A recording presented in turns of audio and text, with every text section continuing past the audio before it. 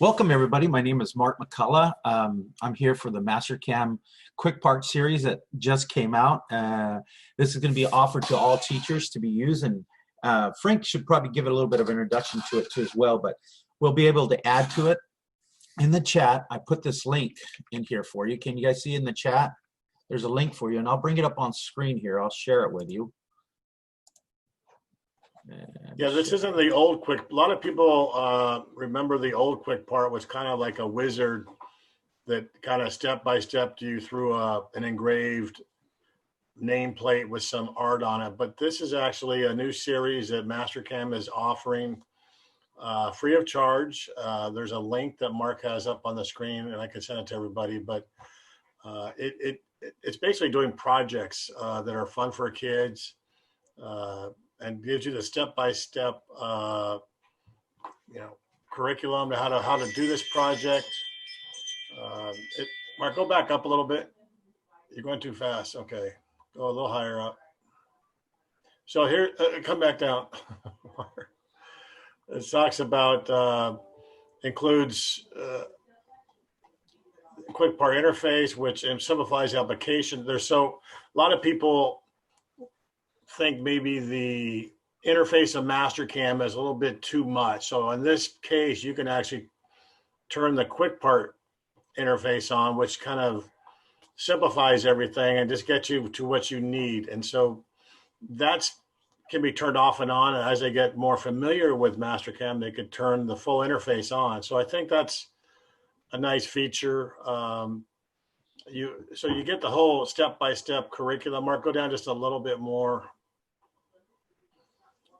So Mark's going to show the instructor tools and learning objectives of each project, the notes, and at the very end, there's also a student challenge. So they've done a good job. MasterCAM is trying to catch up and get the curriculum out that other companies are doing and make it free of charge. They've lowered the price of the product down to very reasonable price, to like $180 plus $100 for maintenance. But Mark's going to walk you through the first project, which is like a chocolate mold.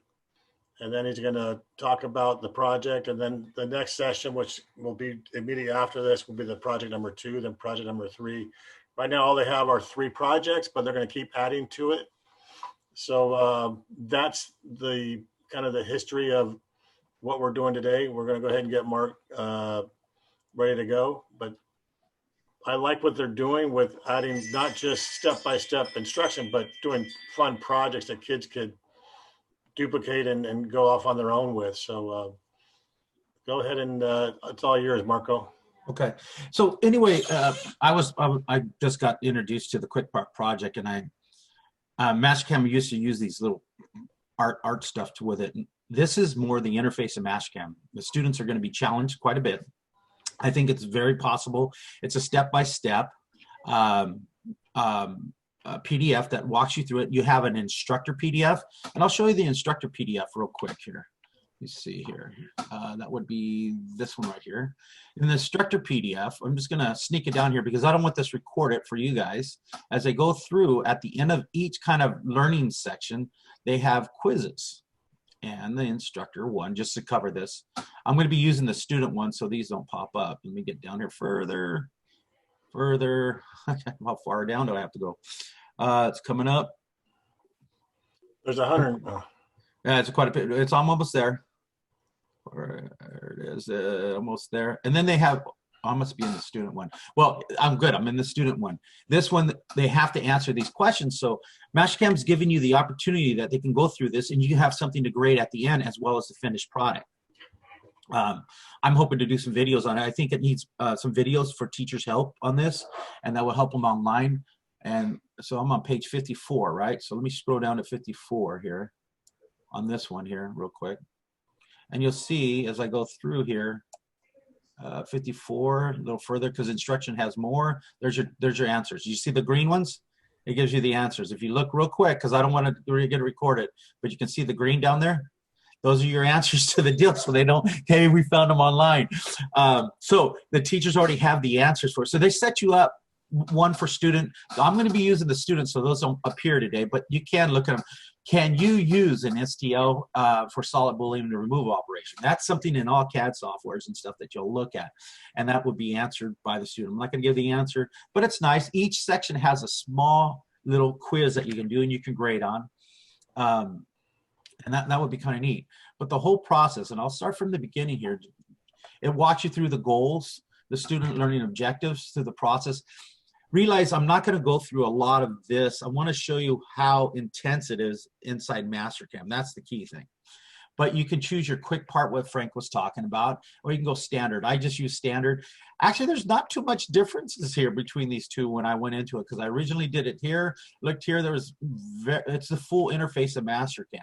But Mark, I think what they're doing, they're giving you less parameters to change once you get inside the toolpath parameters and all the, you know, those extra tabs and everything. I think it's pretty much pretty close.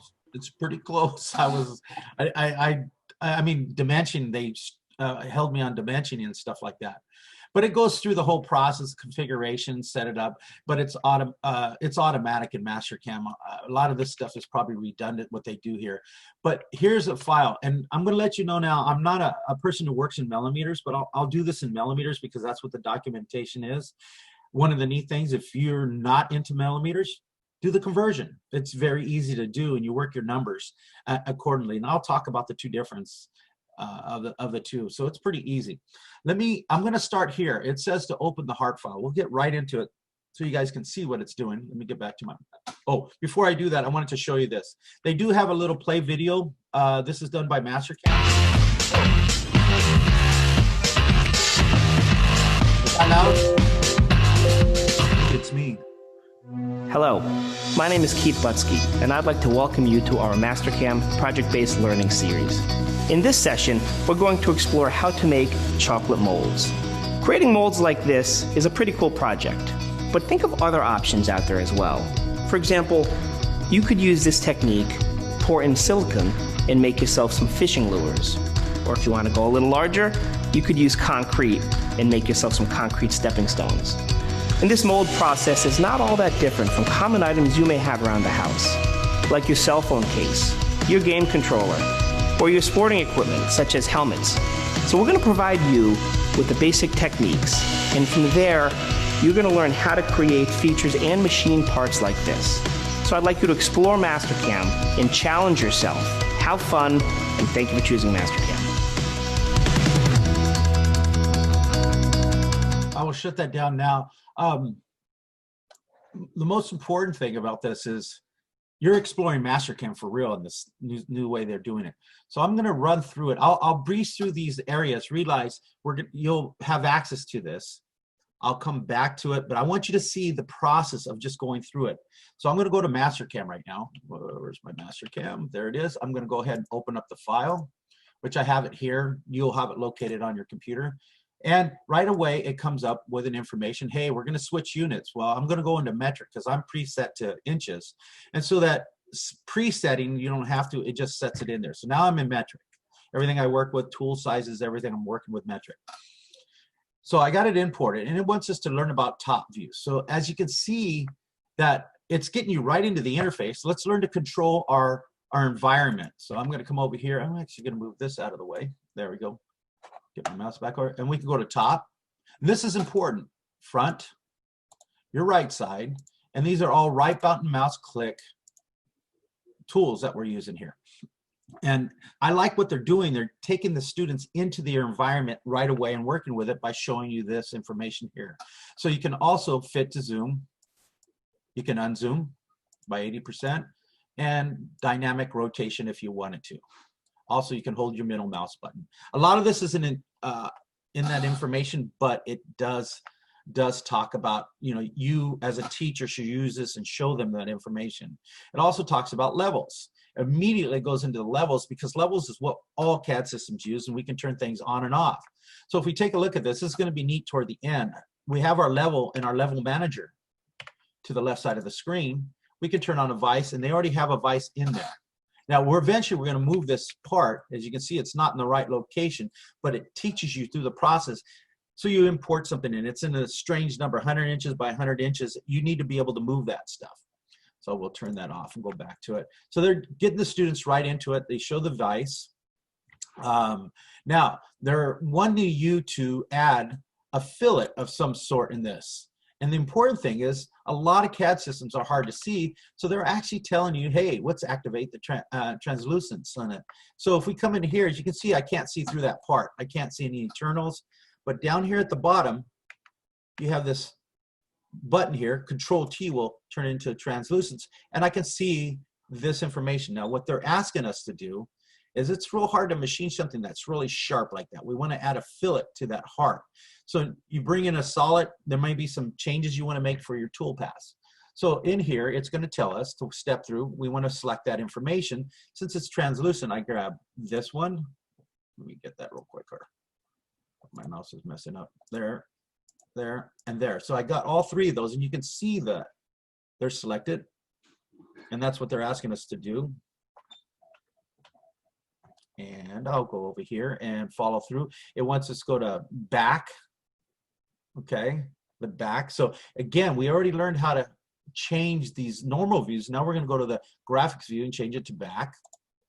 So as you go through it, the students can take their time and learn this. And now I'm looking at the back to tab.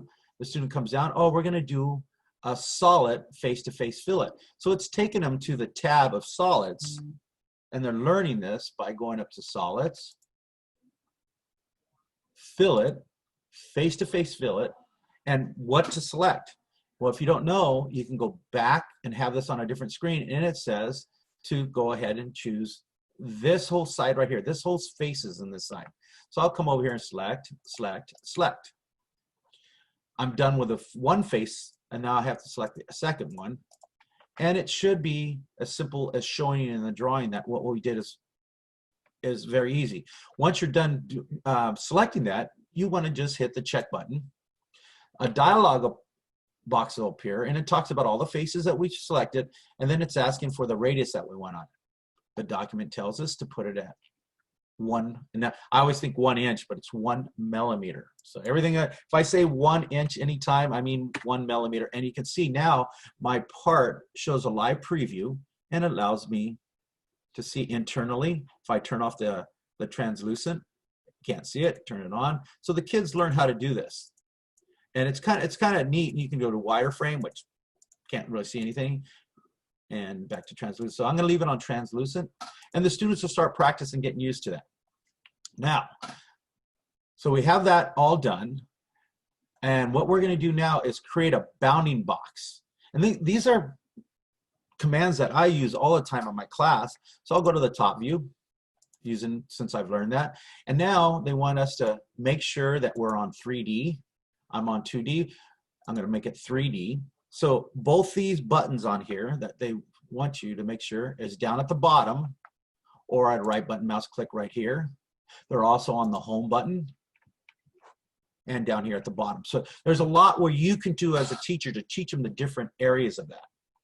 So what they want us to do is to create a bounding box for this, and going through this process, it's going to create a bounding box, but we're going to not choose a bounding box. What we want to do is make a center point, but I'm going to show you the little options that you can learn later, because sometimes this might be important.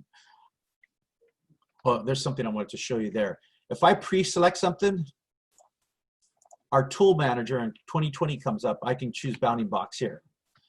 If I do, it gives me the options, or I can choose it under wireframe and then select what I want. And here's the different stuff. So if I rotate this around, I can actually make a complete solid of that. Okay, and that's not what I want to do. What they're asking us to do is just get a center point. We want to find where there's a center point that rests perfectly centered within this massive material. And as you can see, translucent, there it is. So that would be like the midpoint. If I look from the front view, you can see it's rested in the midpoint, right in the middle of the part. So we would need to use that point to create the next step, which would be a rectangle. So on the rectangle coming down, we got the point. Well, I'm going to have to go a little faster if I'm going to make this. So we're going to do a rectangle, and it's going to be 100 inches or 100 millimeters.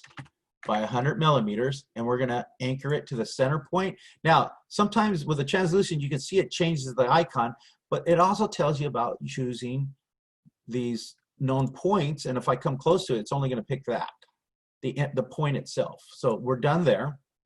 We'll go to isometric using the right button mouse click again, and now we need to make the actual tooling part of it, or the mold, and so it's going to have us go through an extrusion process using MasterCAM solids. I'm going to scroll down and just do it real fast. It's going to be 25 millimeters going down, and this is the process. So it walks you through it: solids, extrude, chain, direction of chain. It talks about reversing the direction and the value that we want to create in that, and that's 25 millimeters. As you can see, what we have now, we have the part itself and the mold base that we're going to use, and this is the tooling that we're going to subtract from that. And so let's take a look at the next step. We got all that done.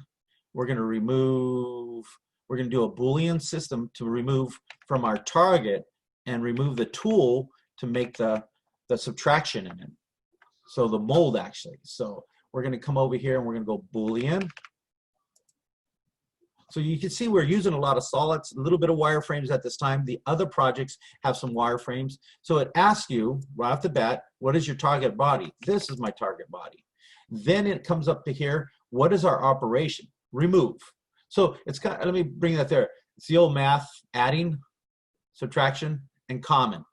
So we have that same information here with CAD systems. We're going to use add selection to select the tool.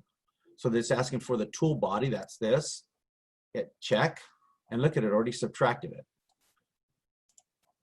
So now I'm going to turn that back off translucent. You can see it has a stronger visualization, how smooth that is. So you can actually take things from GrabCAD, throw it in there, and remove it. There's a lot of things that students will start working with and go forward with it. Now you can see all this stuff right here that we have all this wireframing. It's kind of neat. They want you to learn more about how to select entities. Obviously this entity has color associated to it. So if I wanted to, I can just remove that color by choosing my selected entity by color. Choosing all that, I can hit delete and get rid of that. I don't need it anymore. The wireframe came from SolidWorks, and I can get rid of the point. I really don't need the point anymore, so I can select the point out. Let's go back. Mark, Here's, are you saying that you could bring an STL file in and then subtract it? No. Okay. That's one of the test questions. Oh, okay. So you just got the first one wrong. I'm just kidding. Yeah, we can't do that. It has to be a solid on a solid doing the subtraction. I think you could do it on other softwares. I know a software that can do it. So then they get you right into levels. And actually, it's kind of cool. So these levels, they get you into the interface of level again. And they want this one to be called number 2. And they just teach the students how to create a level. Levels are wireframe are very important for students to work with. You can see that the 2 is active. You can adjust it, filter it out the way you want them. Go down, we got wireframe. They want us to make an edge curve around here for controlling the tool. So I'm going to come over here and use wireframe, and it says to go to wireframe edge curve. So the edge curve would be this one. There's many different edge curves. If I touch this one, it'll put an edge curve. Let's see what it does. This one's kind of interesting. Watch. I got the face, so I can click the face, hit check, and it created another boundary on the outside. Quick way of doing it. We'll Control Z that, get rid of it. Let's do this, but change this to 3D, which it is 3D, and we'll change this to solid selection. And if I touch, what, did I hit the solid? Get out of there. Let me try that again. All edges, solid, there. And if I hit check and selection, you can see that it put all that other information back in there. So you control the way you want to do it. And a lot of times when I design, I use a lot of these tools to create more surfaces and changes and directions. But they want to teach the student individually to go around and pick all the edge curves so they understand what an edge curve is of this mold. And even right here. So now we we created a containment for it. And that's what it walks them through. And as a teacher, we will elaborate on this a lot. We will tell them why we're doing this. This is for future design. So when you design in any CAD/CAM software, you got to think about how you're going to control the tool, and that works with 2D geometry as well as 3D geometry, and how you want to control it, depending on the software too. So we're going to go ahead and we're going to do a chamfer. We want to break this sharp edge right here. And the wireframe that I just created has nothing to do with it. I would have put the chamfer in first, but then it would have gave me the wrong edge curve. So it's how you design this. So I'm going to do a chamfer, one distance. I'm going to make sure I'm just getting an edge curve, touch the top edge here, hit check on it, touch them all. And I can run that around. I can propagate that along the tangency, and it will blend it all around to big. It's 0.75, I believe.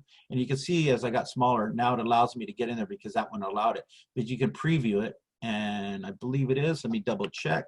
So as we come down here, I look at the value, it is 0.75, and that's what we're looking at. So it walks the student step by step.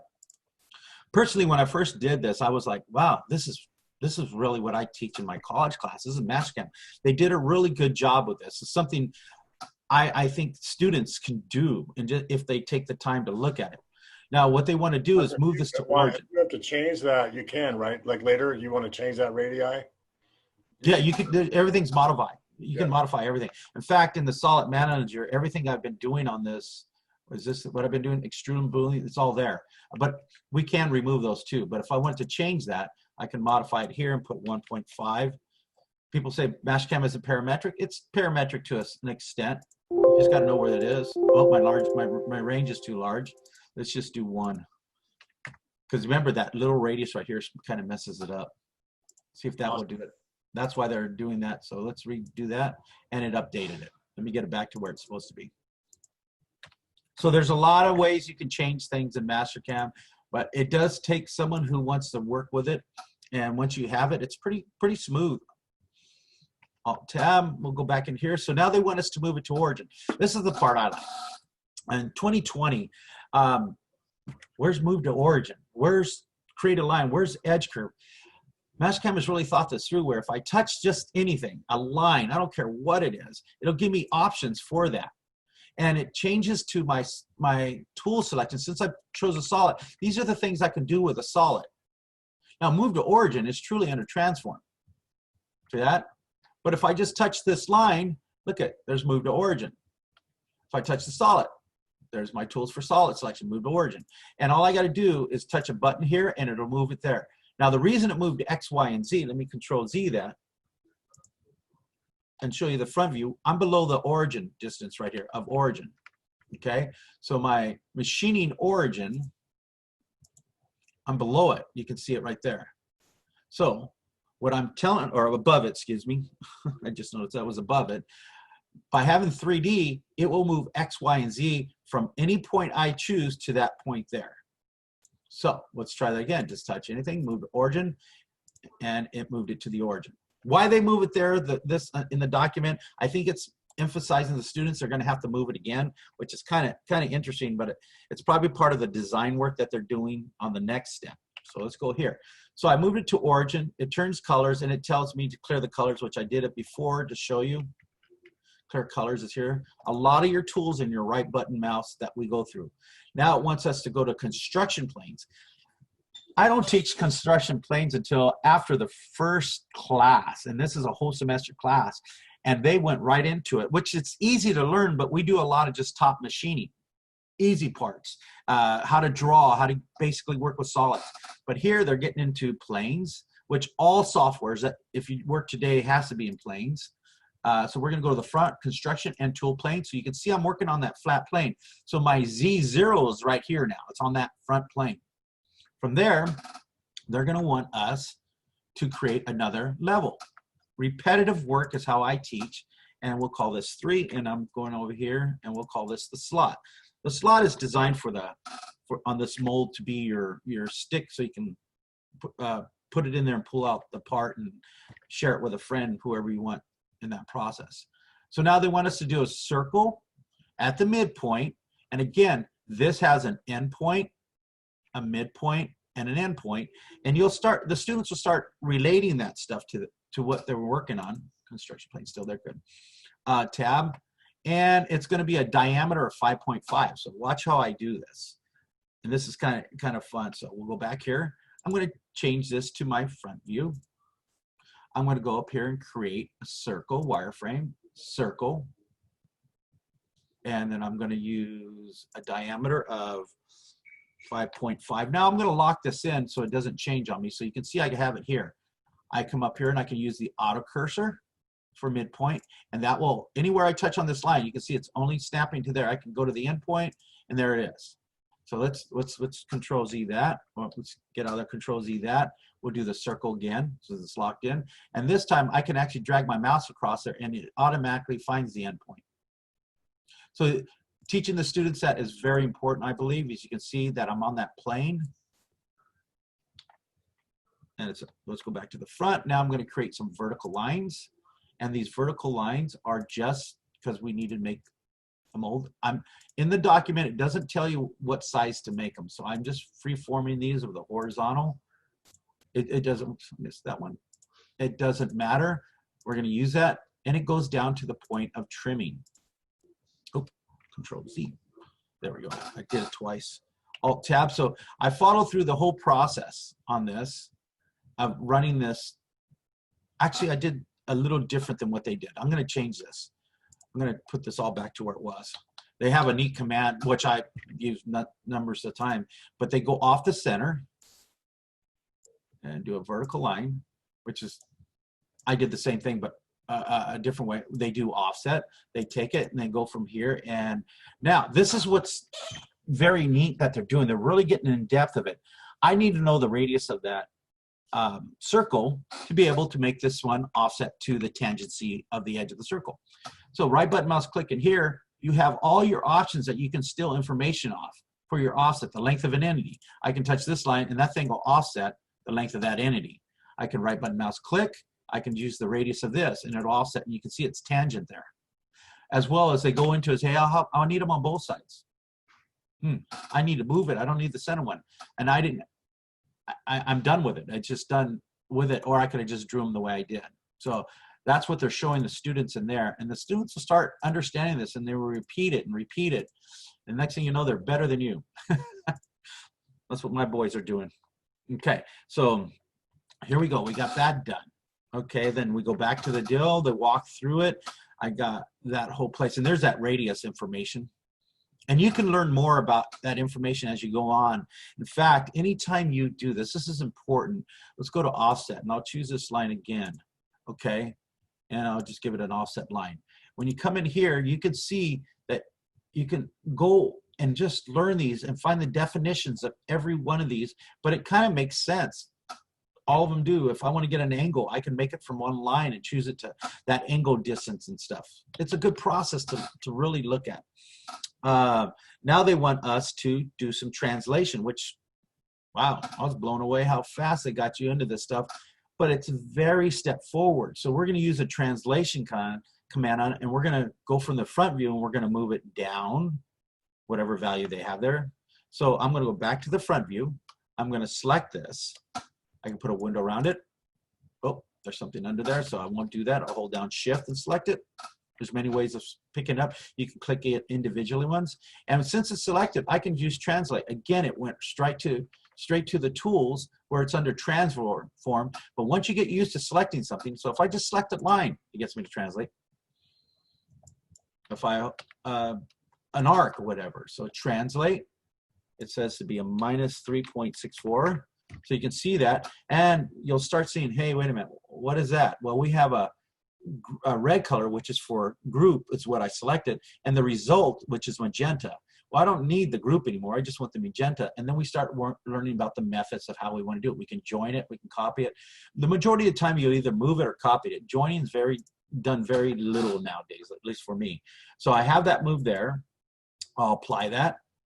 I will select it again, and now I will end selection. Now you have to clear this out. It just wants you to move the Z. So as we look at this, because we already had that information, we want to move 1.76 millimeters. And so I'm going to turn this a little bit size. So The red is your X, the green is your Y, and the Z is out. So when I move it, it's going to pull itself away from that plane.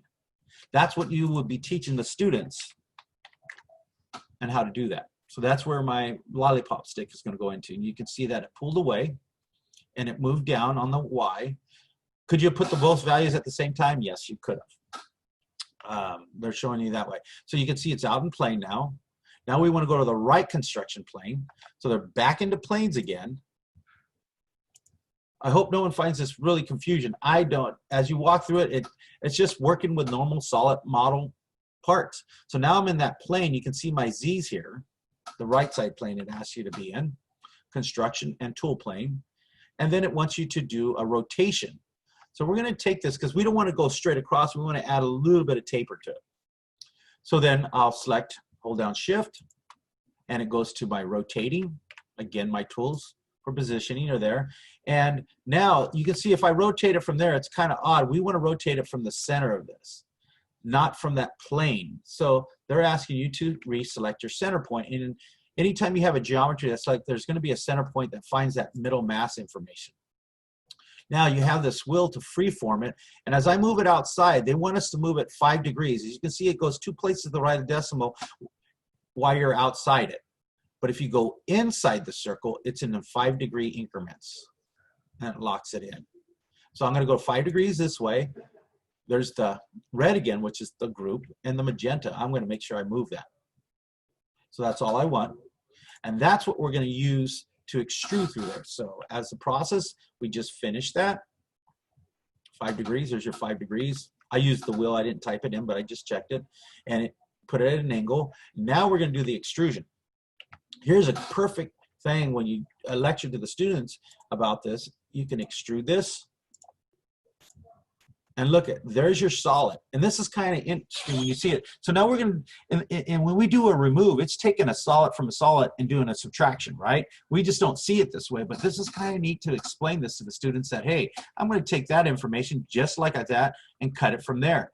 But all by just choosing cut body. And now we have that cut body. We subtracted that solid from there. And that's a good example of showing what we did up here too as well. Adds to that. That's my added stuff. And as we go through, you can see we have that 25 millimeters I went. And here's your test. Frank, can you hear me? I don't know if he's still online. Can you use an STL file in a solid Boolean remove operation? What's the answer, people? I don't see why not. You can't. In other softwares you can. I can't see why not. I like that. But that's where you come in. I'm not going to answer any more of those. But and as you go through now, we're getting to the point of where we have to move it and get it ready for machining. So what they're telling us to do is, hey, make sure you have everything turned on in your levels, which I think I do have everything turned on my levels. I'll go back to construction plane top, levels. All 3 of our levels are on. Everything looks good. Now they want us to move this origin to that origin. Does that make sense? So they're making you move it again. Again, I'm just going to touch this line, and when I hit move to origin, it automatically selects everything. So I don't have to worry about it. Grab that line. Now I got it moved there. How do I clear colors? Right button must click and clear colors. Top view, ISO view, and let's turn on the vise now. They're getting you to the point where we just have it set up in a digital format vise. So that's what we're going to machine. Don't need the vise to do the programming. Actually, don't need the slot, the wireframe. Well, no, I need the wireframe. I don't need the slot. And I could probably pull, that doesn't really matter, the outside. But let me get rid of the outside one. And I can actually move that to make a new level or use a level that's existing there. I'll just put it on 4, and I'll call this outside. And it's outside now, and I can turn that one off. And so the outside. So I'm dealing with my containment and my mold, and I'm ready to do the tool pathing. How are we doing on time? Ooh, we might make it. I apologize. So you see I moved it. I don't want to be talking too fast, but we're going to get into this. I'm going to use the mill. I'm going to think this is a Haas we have. Some of you may have a Roland. It's just choosing the machine. I'll use the Haas machine type. So we're going to go to tool path. the document asks us to choose a machine type. Now I can choose a router, a Techno. I can set this up to manage a roll-in. I can, whatever. This is a good part for roll-in because the material that we're going to be using is a plastic, if you use that, or aluminum. I'm just going to use the Haas. And I'm going to set this up. Now, the material that you're going to have, this is a good material for food-based products. And I brought that over just to show that. And here we are. So my origin is up here at the top. This is our stock setup. This was represented. So if I had a stock on the machine, I'm going to find that corner. This being the X. Oops, that's heavy. This being the X, this being the Y distance, this is my corner. So actually, when you talk about quadrants, quadrant 1, 2, 3, we're cutting in quadrant 4. And the majority of the times we do on a mill, like a Haas, we go to quadrant 4. So I'm going to choose my origin, and we're at the top. And we're going to choose all solids. Now watch how it populates it by hitting all solids. It automatically gave me the 100 by 100 by just looking at it. I don't have to do anything else with that information. It's done, and you can see it in a wireframe, which I prefer. I do not like the solid. It kind of makes it kind of, let me do translucent here. You can see that it blends onto my solid. The wireframe, it's just for digital representation. It's not going to, well, and also some toolpaths, it takes advantage of the material. But it doesn't matter if it's solid looking or wireframe. I use it in this one.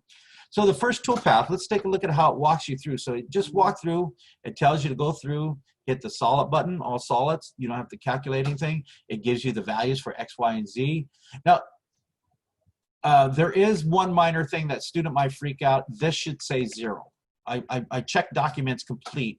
This should say 0, and I can prove that to you. Just, we'll talk to them, we'll get that changed, but it should be 0. Because we're saying the origin is 0, 0, 0. If I put 100 here, right? Watch my box. You see where it's at? It's in quadrant 1.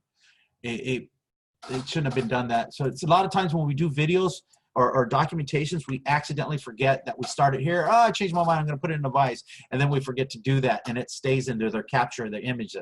But just to let you know, that might be confusing for teachers, but we'll get that taken care of. And then, hey, look, got another test. Got another test. So if you don't need a cut, blah, blah, blah, blah, blah. I'm not going to go into any of those because people can study them. Anyway, so goals for this information is creating an OptiRough toolpath. These are some of the great toolpaths, dynamic toolpaths that they're using. Very easy to control. The hardest thing for me was to think metric. That's the only thing. So it's under the 3D toolpath. 3D is way easier than 2D. So I encourage you teachers to get into using your roll-ins, your Technos, your Haases to cut 3D toolpaths. It may be scary, but if you remove material before you get to the finish, it's almost confident these toolpaths will come out. So OptiRough. Now, the document tells you how to go through this whole process, and this is important for new people using this. It wants us to select what we want to machine. So these interfaces are new because a lot of the old MasterCAMs did not have these kind of interfaces to select solids. So I'm going to select my entities right here, and I'm going to choose my entity here, and if I double click, do you see it picked it all up? Kind of lazy. You can go around, but you'll learn these little hot buttons. I double clicked and it picked it up easier for me.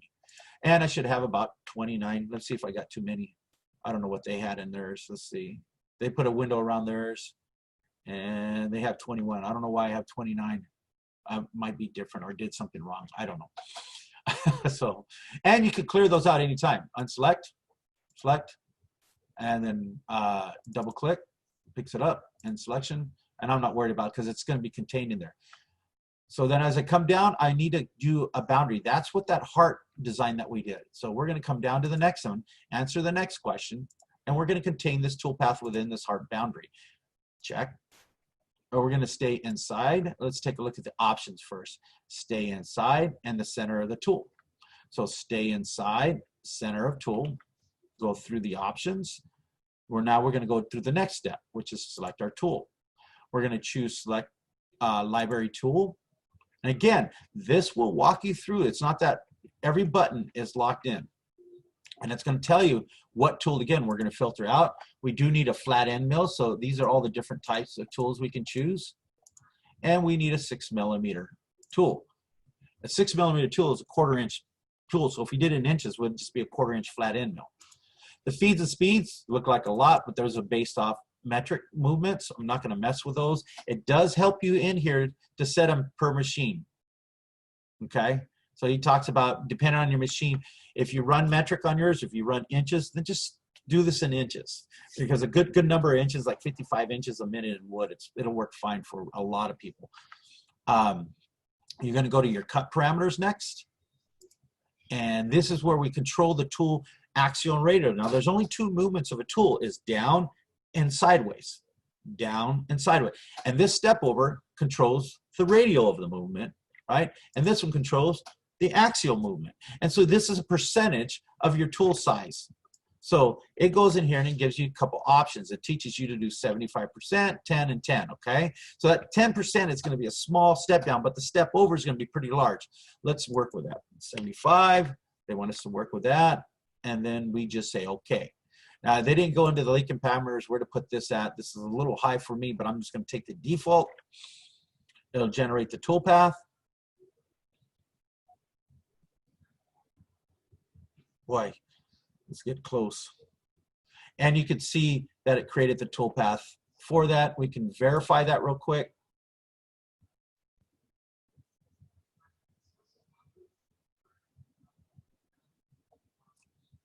We'll speed it up. And these, you can see the minor how small it steps down into it.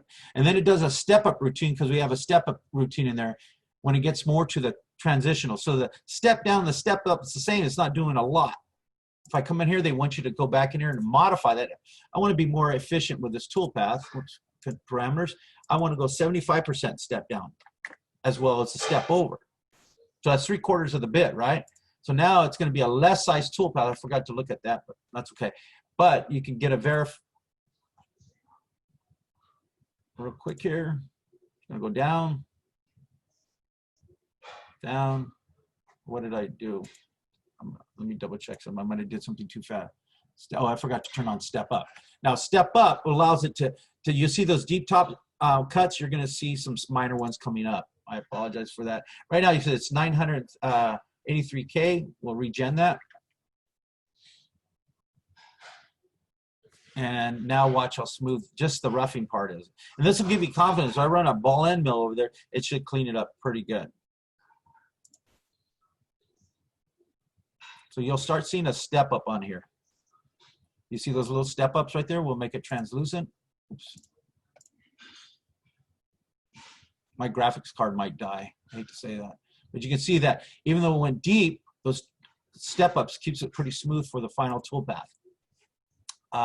Let's go to the next step, which would be the finished toolpath. This is always neat to see. Okay, it's going to walk us through. Let's just do it real quick. It's going to ask us to do a scallop. Again, we got to select this. Now, on the roughing, we left this rough material here. On this one, we don't. We can unselect that, make it 0. We'll select it again, double click, picks up the information. And now we got to go through and answer these questions. Now, in here, as we go through, that's where they ask us to change those values. There's a machine type, another test. And now the finished parameters. We're going to come in here. We're going to use the scallop. There's scallop there. We're going to choose that. We're going to select it. We're going to have 20 geometry. We're going to go into the boundary, select the boundary just like we did before, but we're going to go to center selection compensation. So we choose this, the boundary. We go to center compensation, what it is. We come down. Now we're going to pick our tool. I know I'm running out of time. Filtered out. We want to look at ball end mills.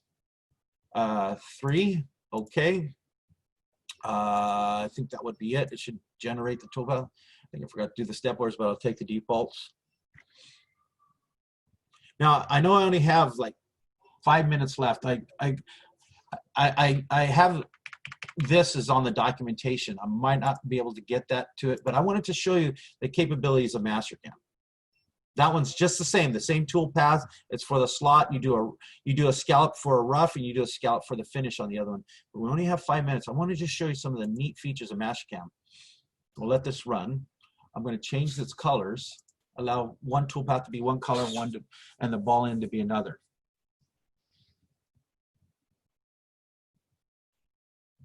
You can see how nice that is.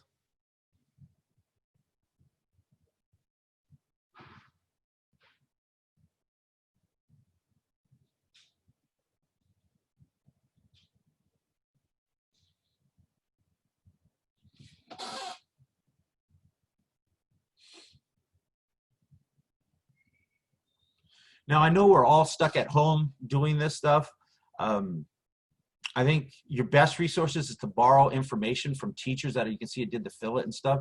Teachers' information and stuff that you can. I have some information at iMark CNC on YouTube, but I have this one thing that I put together last night to show you. Where are you at? Where's my video?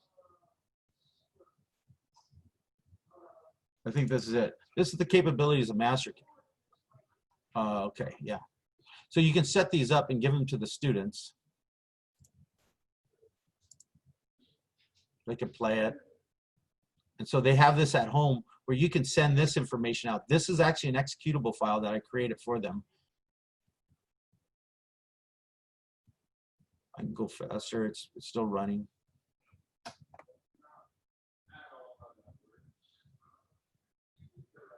And the last one, I'll pause this right here.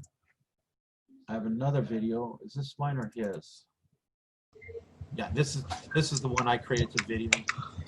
So I'm going to simulations. A lot of people don't know that MasterCAM in-depth has machines. Here's your Haas machine. It's actually showing it. And I got the fixture as a soft jaw. I'm running the machine so students can actually visualize at home what they're doing. This is all in your educational software. So they come in here and they can see the whole process running. And the students can save their presentations. I don't know if you can see this at the top. You record your presentation. You can save your presentation. They can send it to you. Look, I did this. And they have the machine. The only thing they're not doing is setting tool length offset. The software does it by itself. And there's the final cut. And 17 years at MTTA. I think we just nailed it. And right now, I think we're done. It's 12:50. I got to be done. Great job, Marco. You did a lot in a small amount of time. I know a lot of people can appreciate you going back and forth. That's hard to do, to go back and forth between PDF and the real program, but it gives you an idea, gives everybody an idea of what is possible.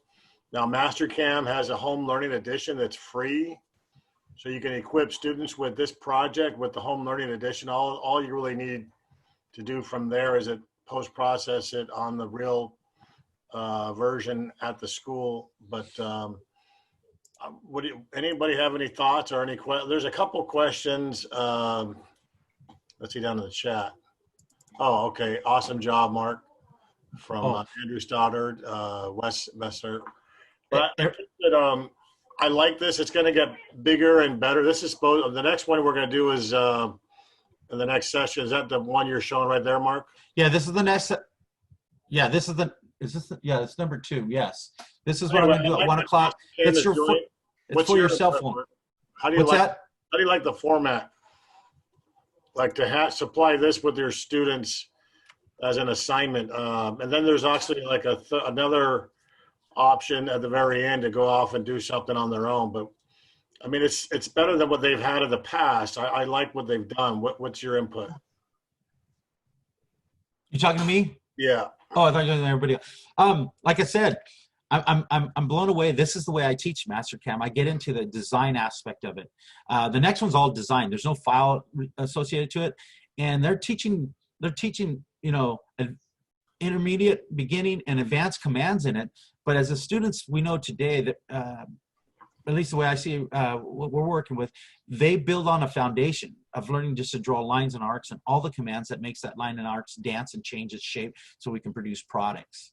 So I wasn't a big fan. I'm going to be honest, Frank. I was never a big fan of QuickPart because I never got to teach MasterCAM. This is teaching MasterCAM. I'm a big fan of this. And I want to add some documentations of mine to it. For instance, wouldn't this be a great QuickPart? Everybody does a speed handle. They all need that.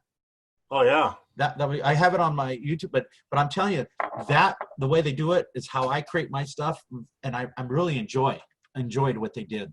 One thing that Titan has done, Titan's picked up MasterCAM. He's going to duplicate all the projects he did with Fusion with MasterCAM And then he's going to have an aerospace curriculum as well with just MasterCAM. So the more, the merrier as far as projects, whether it be from MasterCAM, whether it be from Titan, whether it be from Immerse to Learn, they're all doing projects so students can get that familiarity with, repetitive type commands that they see over and over and over. And what's nice about this PDF, it's teaching you MasterCAM the way it was meant to be used. A lot of times, Right. These third-party, let's say, curriculum companies will just do it their way, but it's really not the right way, the way it was intended. So MasterCAM doing their own type of curriculum on projects is going to teach the student the way it's supposed to be taught as far as the program. So I think that you did a great job, Mark. Thank you. We have, we got about 9 minutes before the next session of project number 2, but you guys have an idea. If you want, you can actually go to MasterCAM Education and put your name and information in there to get this information as far as all the files needed to hand out to your students. It's free. So otherwise you can email Frank at paytongroup.com or Chris or Brad, and we'll get you the link. But great job, Mark. Yeah. And anybody who's, I'm looking at Lance, you're looking forward to using this. If you ever need any help, you can contact Frank or me. My email is imarkcnc@gmail.com. And you're welcome to get in contact if you ever need any help. I help out a lot of people.